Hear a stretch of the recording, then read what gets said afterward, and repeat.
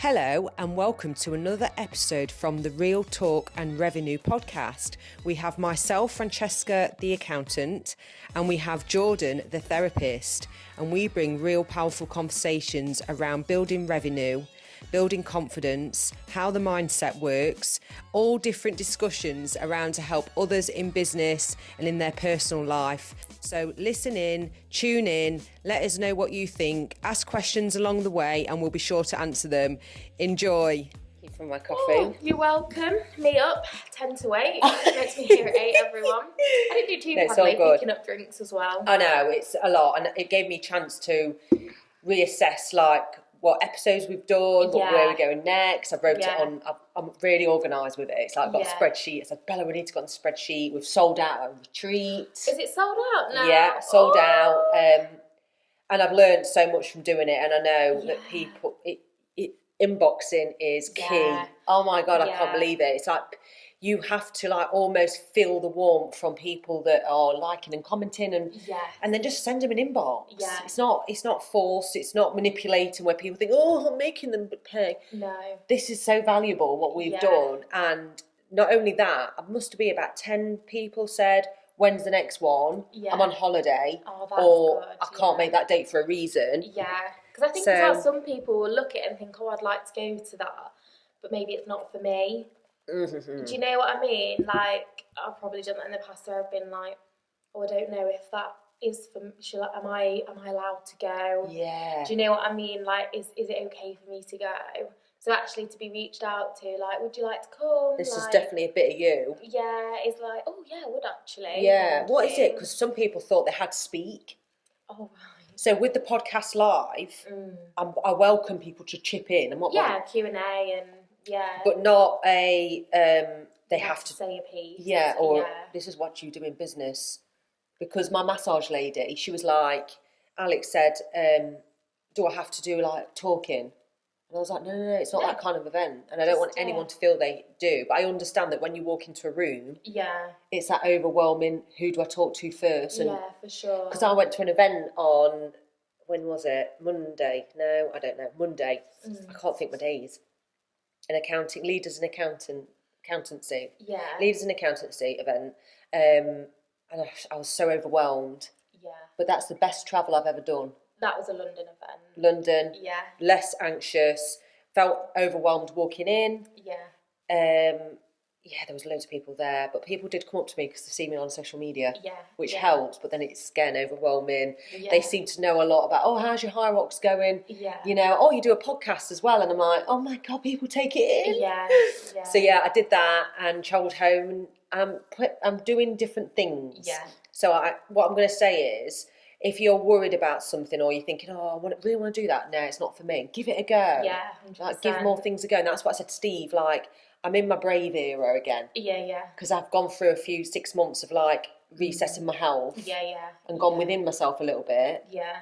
You have to be brave to achieve more things. Yeah, definitely. So even us doing this retreat, after you had your little setup before and it not working out, but we know why it didn't work out because there's lessons and we've gone again. Exactly. And it's so true. Yeah. It's like... It just opens new doors, doesn't it? A new way of thinking about things, different opportunities. Exactly. So, what episode are we on? 55. Oh, I'm scared this tea's going to burn my mouth. It will. Got a tea today. It will straight up. Sweltering, aren't they? That's meant to be really quench your thirst, a tea. Yeah. So episode 55 is all about how to change your life. Is it hot? No, it's all right. It's hot, but not ridiculously. How to change your life. How to change your life. That's such a dramatic. And you know what we was talking about? So me and Jordan don't really drink alcohol, do we? No.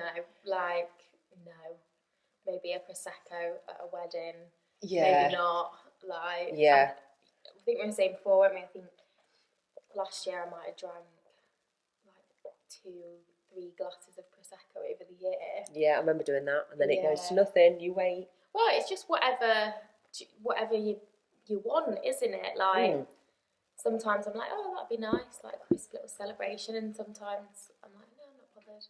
Even when so on my wedding day, which was June 2024, I was near to leaving the house to go to the aisle, walk down the aisle thing where I was so scared. Yeah. And then I was like, right, I'm ready for my glass of Prosecco with my mum, sisters. And I like necked half of it already, first thing. Yeah. And I was like, what? It's not even taste nice. I think because I'd gone over a year prior. Yeah. And I stopped at that. Yeah. I think I had a sip with my dinner. Didn't need it. Potentially I still felt very nervous, but I felt like with alcohol it just makes you feel a little bit out of control. Yeah. False sense of security. Yeah. It does relax you initially. It does feel. Yeah, absolutely. There's a balance though, isn't there? I've got a client that's like nearly 3 years sober and was kind of like drinking like many people do before. You know, like coming from work, corporate job, like, you know, just drink a bottle of wine or a few glasses or whatever. And we had a sort of like just catch up last week, and he was saying about how much more clarity he has, and that like with drinking he just felt like he could never sort of catch up with himself, like he was unreliable with things and, you know, stuff like that. And that's not the case for everyone, of course it's not, but like I could see where he's coming from. And like I've not drunk heavily like since my like early 20s. Well, I had a few episodes in my like late 20s, 27ish, nights out and stuff. But yeah, like you do, like you wake up, you feel like absolute crap. Oh, that like, dog's just breath. Foggy head as well. Like pounding. You know, absolutely no energy or motivation, no creative thinking whatsoever. You're just thinking about how am I going to survive the day? What can I eat? Like, what did I say? Yeah, what did I say to everyone? I did that. Just all the time, like, oh, have I embarrassed myself? Checking in with your friends, like, what did I say? Okay, like, oh, is everyone all right with me? You know, like, oh my god, who did I kiss? Yeah, absolutely. Who did I get off with when we say that? Gross.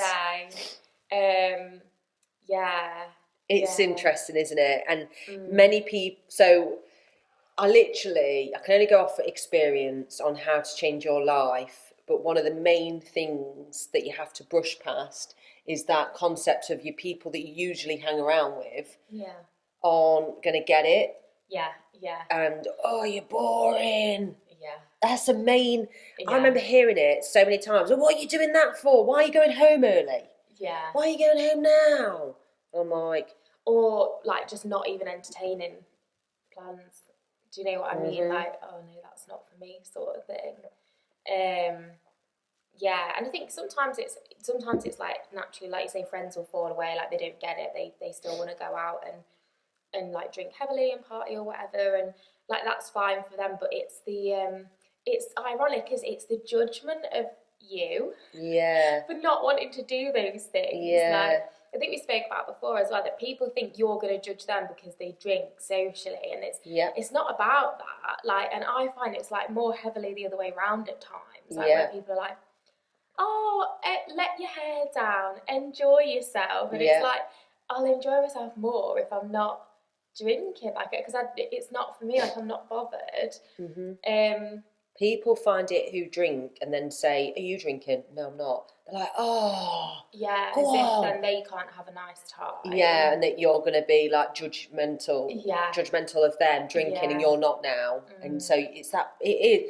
And to be honest, if you're not drinking, you're not going to last till 2 a.m. You can't. It's not possible. Like you can barely last till like 9. I find I can barely last till like 10, 11 sometimes. Own it though. As well, and again, it's not a judgment of other people. When you're the only sober one, like people do start to get a bit irritated when everybody else is drunk, or the majority of, if you haven't got somebody else that's just like chill, do you know what I mean, and everyone else is drunk, like people can start to just get a bit annoying and like in your face. Oh, breathing all over you, going, go on, you have a good time. But just like in your face, like, oh, come to toilet with me. Which is fine, like we've all been there, but when you're sober, it doesn't hit the same, does it? you're very self-aware when you're sober. This is so true. You do get used to it. The first time I did a wedding, for example, or a holiday, it was almost unbearable that I wanted to have a little drink just to feel normal almost. Do you know what I mean? How bad is that? It's you can so feel bad. weird at times, like depending on who you spend time with. I think this is where like sometimes friendships will just fall away, and other times like I've got friendships of people that love a social drink and that I used to drink with, and they just know now that they do different things with me. Like we'll just go for food and like maybe do a little daytime workshop. Do you know what I mean? Like I do loads of stuff with Roxanne and my friend Maddie. Yeah. And we went to like Happy Place Festival, and like, they're absolutely fine with it. They know that I'm the friend to do those sorts of things. Yeah, with. That's really good. Yeah.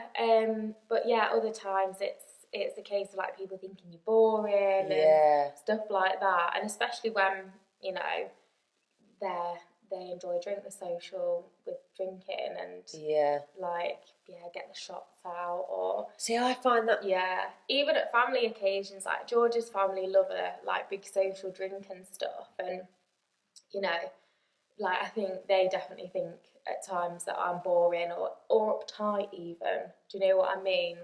I know exactly what you mean. Yeah, and that's absolutely no criticism on them, but like it's just a different vibe. Sometimes you just want to say, just shut your mouth a minute. Just shut your mouth, actually. I get it, though. It's like, you're in a very different environment, actually, in that situation, and I would feel exactly the same. It's almost like you've got to be so comfortable with your change, which nobody is at the beginning, so it's like, trust the process.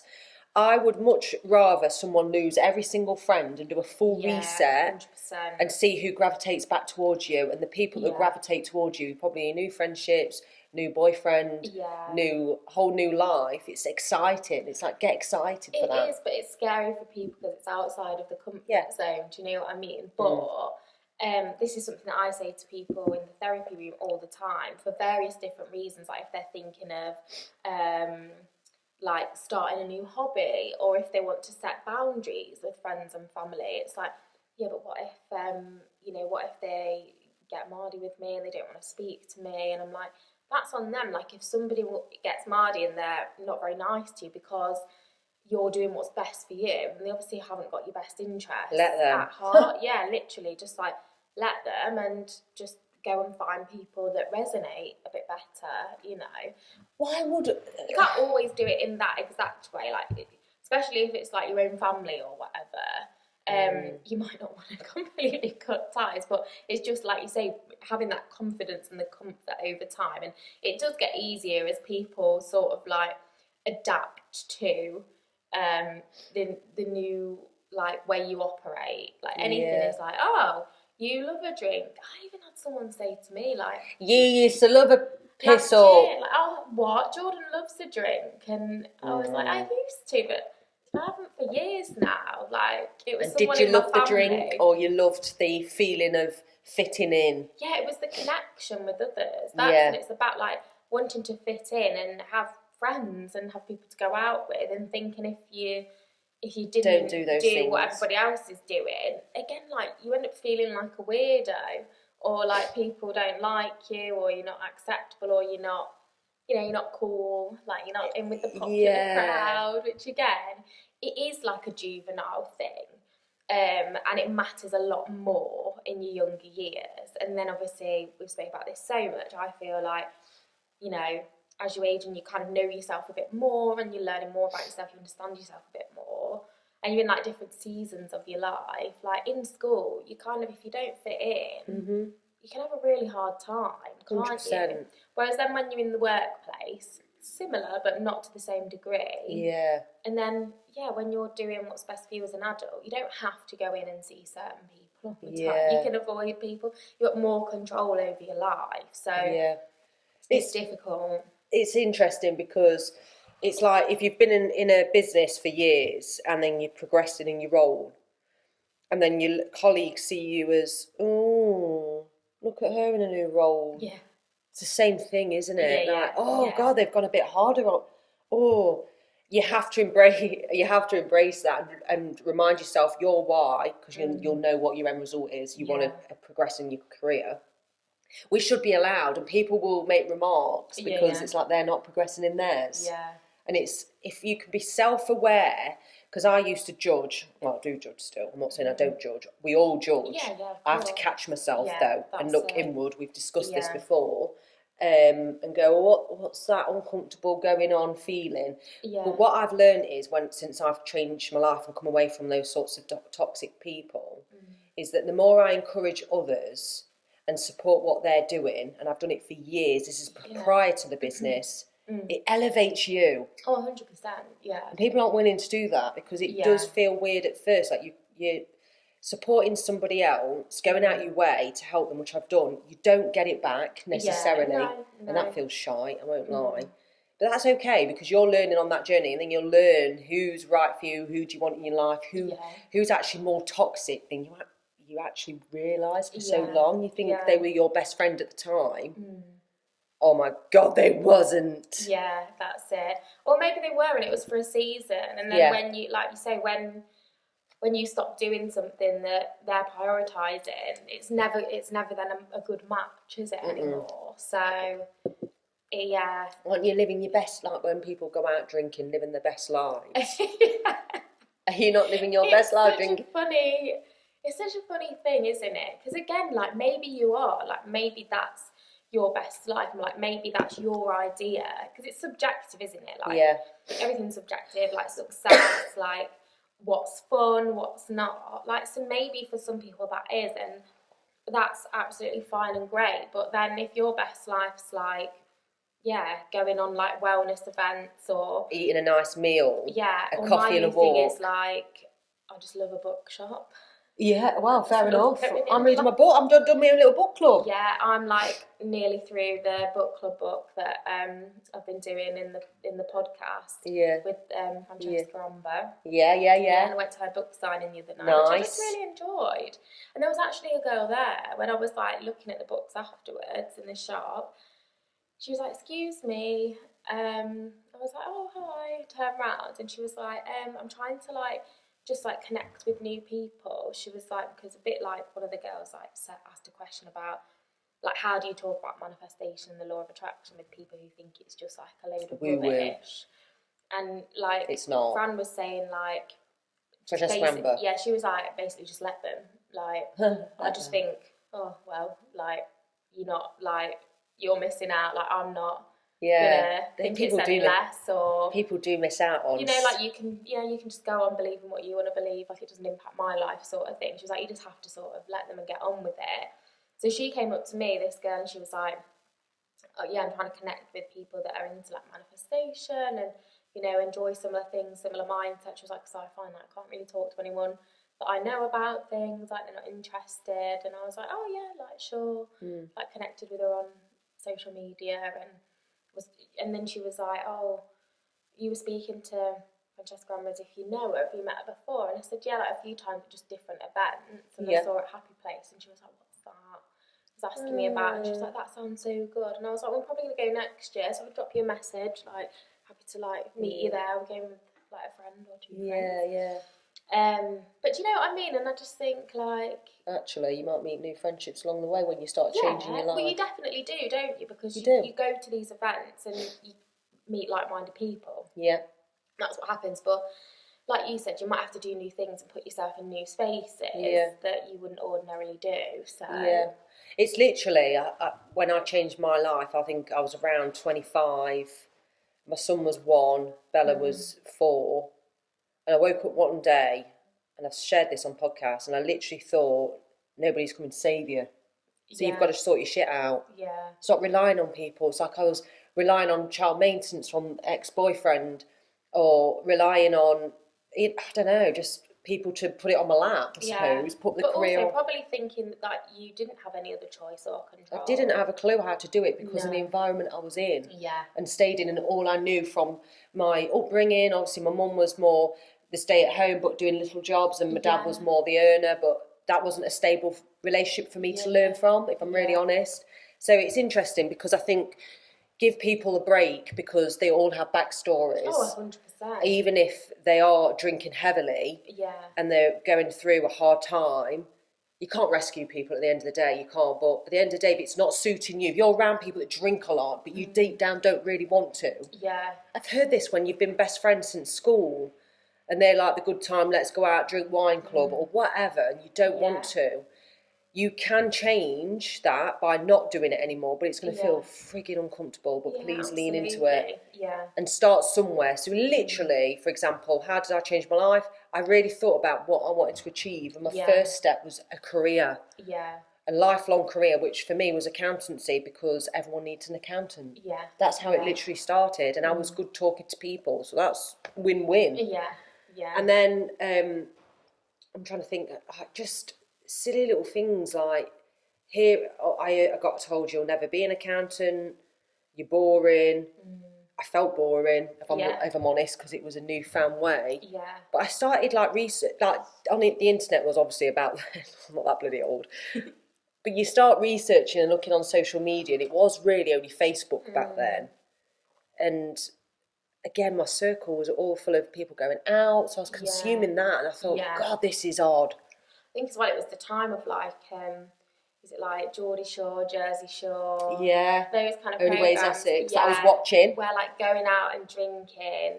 Glamorous. Yeah, glam, party lifestyle. That was what was glorified as having a good life, and everyone was sort of striving for in a way. Not everyone, but like mainstream. Yeah. I suppose. So it's a lot of conditioning, isn't it? And it can be difficult to come out of that. But I think as well, like we've spoken about this before, what you'll probably feel anyway is you'll feel like you don't fit in. I did. Or that people don't like you, or that you're different, or you're weird somehow. I did. When you're doing those things. Even my own family. Feel like, you're not quite, just not quite fitting in. It doesn't feel very good. So once you give yourself permission to be like, this isn't for me, like, what do I enjoy? Right, I'll go and do that. You'll meet more people that do that, and you won't feel like an outsider anymore. Do you know what I mean? It was a revelation when I started building the business as well, in a way, because I realised that there are accountants out there that are on the same page as me. I thought I was so unique. Obviously, I am still unique because everyone is into their own individualities. Sure. But, oh my God, and I'm still learning now that the people I thought would be on my journey for a long, long time, 6 years ago, wasn't. And I didn't help with that, and they didn't help with that. So I always look at it. So just say you do go through a breakup, for example. If you could possibly look inward and go, what did I do wrong, or what did I contribute? And keep that as a learning for you to change for your next level up. Because I feel like everyone needs to keep doing that. 100%. Yeah, it's like taking responsibility, isn't it? Not over like inflated responsibility. But just a bit of reflection and thinking that objectively, like what could I have done better? You know, and where did things not work out or go wrong, and what do I look for going forward, sort of thing. Exactly, and own, like, for example, I was on my own, single parent for a long time, and I'd get up early every morning. And it's easy to when you haven't got a bloke sat in the bed with you, like trying to fall asleep still, or whatever. And the kids, you know, I know I stuck to my routine because I got so much done early in the morning. And also, I think as well, like when you're a single mom, you've got to, because it's on you to get stuff all the done. Time. Do you know what I mean? So you need a routine, don't you? So that you can be pretty certain. Obviously, kids are kids, and sometimes things go awry, but you can be pretty certain that you've got time then, or you do this then, and you've got processes in place then, haven't you? Because, exactly. Again, like the book that we're reading in the book club at the minute is Manifest Like a Mother, and it's set up for women to be able to reach their goals, because we're the most, like, mums are the most time poor and often like financially poor people in society. Do you know what I mean? So she's directed her book to that target market. And obviously she is a single mum as well. Oh, she is? Yeah, of 3, and she has been for 6 years. Maybe more. I need to speak to this lady. I reckon I'd get on with her so well. Yeah, you need to come to the events with me. Yeah. She's just great, and she's so honest, a bit like yourself, and you know, and that's what we need, isn't it? Just a bit of honesty and a bit of like, it is hard, and you can just do it a bit at a time. Like, it's no more out of reach for you than it is anybody else. Your reality is just different. Exactly.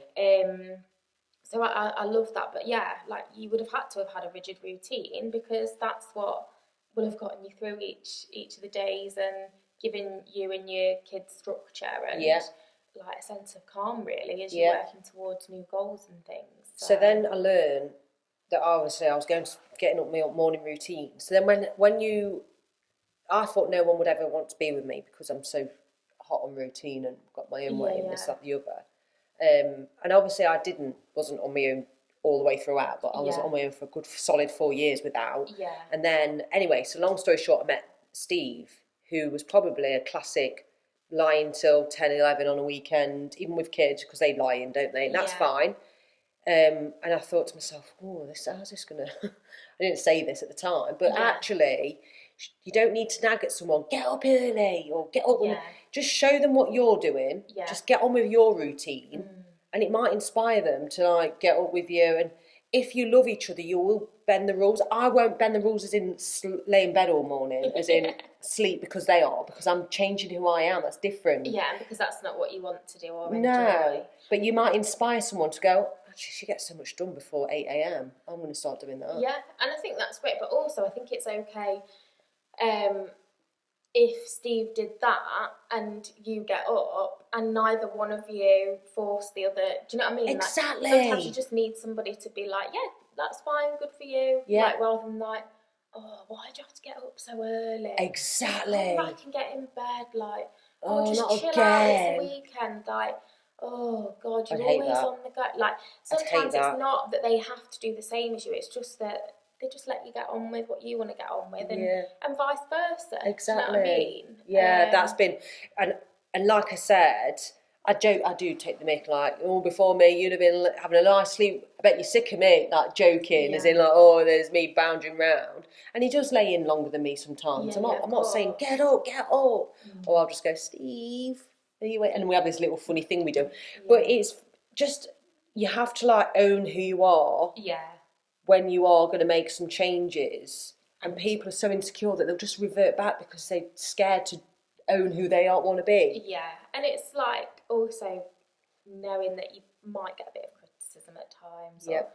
Or other people might be like, oh, you're boring or your life's boring, but let them. As long as you, let them. Like, as long as you're happy with, you know, the trajectory that you're on and what you're doing, like, that's genuinely all that matters. Yeah, and sometimes you can think to yourself, I don't want to drink anymore. You might not even know why yet. Yeah. But do that first step. You don't need to know the why. There's loads of books as well that can help. There's a book, I've not read it, but one of my friends has The Joy of Being Sober. Apparently that's like a really good book. And there's loads more books and literature around it now, because a lot of people are going sober for many reasons, like health reasons, again, just because, like, preference, not what they like, because they've had a problem. Like, loads of people do it for different reasons. So, yeah, there's there's a whole community out there. Yeah, we're not preaching be sober. You can still have your drinks if you want to do that, but think about what's fulfilling you. Like, so many people want to change, but they don't do anything about it. Yeah. And we can help, like, if you've got any questions, obviously, to put them actions into place. If you want to, you're listening to this and you're thinking, actually, that makes sense. Yeah. Reach out. Yeah. Because this is, like, my favourite thing, because I have had to change my life from binge drinking, feeling like I need to fit in, to stepping away from what doesn't fill my cup. Yeah. Thanks for tuning in. And we'll see you next week. Or we won't see you, but you'll see us or hear us. Yeah, see you then. Bye.